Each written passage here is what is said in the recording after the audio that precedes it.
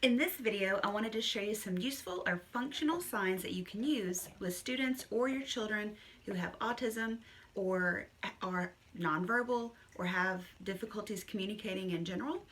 These are some good functional signs that you can teach them so that they can communicate wants and needs. So they're going to be 10 words. Hungry. So make a C, put it on your chest, and go down. Hungry. Hungry. Hurt.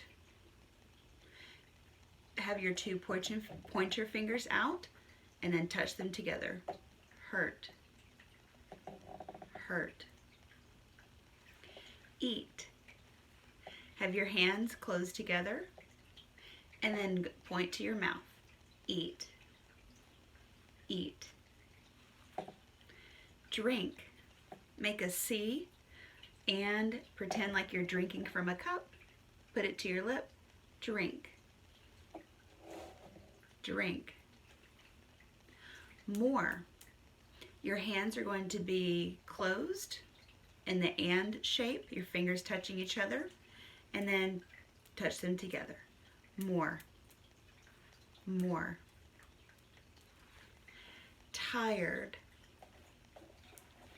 You're going to have your hands bent, your fingertips touching your, like kind of where your armpits are, your chest right around here, and then pull them down.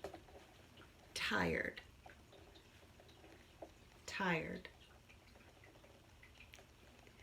Tired. Yes. Make a fist and turn your wrist up and down. Yes. No or no. You're going to have a closed 3 and then your thumb will touch your fingertips. No.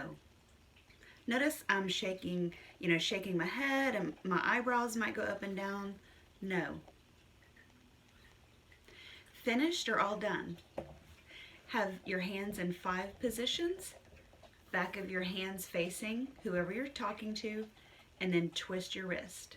Finished or all done. And the last one is bathroom. Make a T and then wave your hand back and forth. Bathroom. Bathroom. All right, so those are the 10 functional signs that you might want to teach your child or your students to help them to be able to communicate basic wants and needs.